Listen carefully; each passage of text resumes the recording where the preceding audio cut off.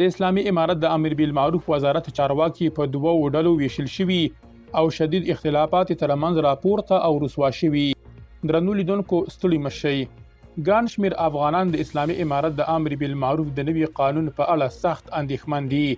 ځینې وګړي دا بندیزونه د اسلام او د افغاني ټولنې خلاف ګڼي او د اسلامي امارت د مشرانو خپلې ځاني پریکړې ګڼي تر څو افغانان وځپي او خپل بادار پرې خوشاله او افغانان ورته اړ باسي. ځینې نور بیا وایي چې دا قوانین به د وګړو د ازادۍ او ټولنیزو حقونو د لا محدودیت لامل شي.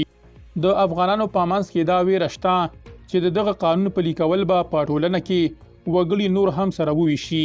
د اسلامي امارت پلاویان بیا دا قانون د شریعت د ټینګښت او د اسلامي ارزښتونو د پلي کولو یوه مهمه برخه ګڼي. هغوی باور لري چې دا قانون به د ټولنې د سمون او د اسلامي اصولو د پلي کېدو په برخه کې مهم رول ولوبوي. د هغوی په نیز د کندهار چارواکي او د دې قانون ملاتړ کوونکي هڅه کوي چې له اسلامي ارزښتونو سره سمه ټولنه تنظیم کړي. د امریکا د سولې انسټیټیوټ راپور هم دې موضوع ته په اشارې سره دا څرګندوي چې په کورنۍ کچه د اسلامي امارت دننه ځینې اختلافونه رامنځته شوي دي.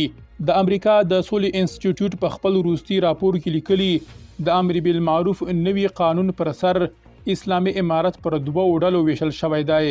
راپور کاږي د اسلامي امارت د امر بالمعروف نوی قانون له دین څخه د خپل ځپونکي حاکمیت د توجیه لپاره ناسمه ګټنه کوي.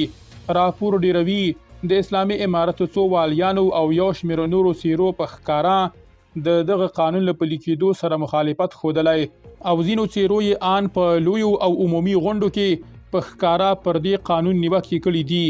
له دې قانون سره د اختلاف لرونکو کسانو دلیل دا دی چې د کندهار حلقه په خپل افراطیت ترلاسه شوې دغه واره بیرته له لاسه ورکوي. درنو لیدونکو له ملتیا مو مننه.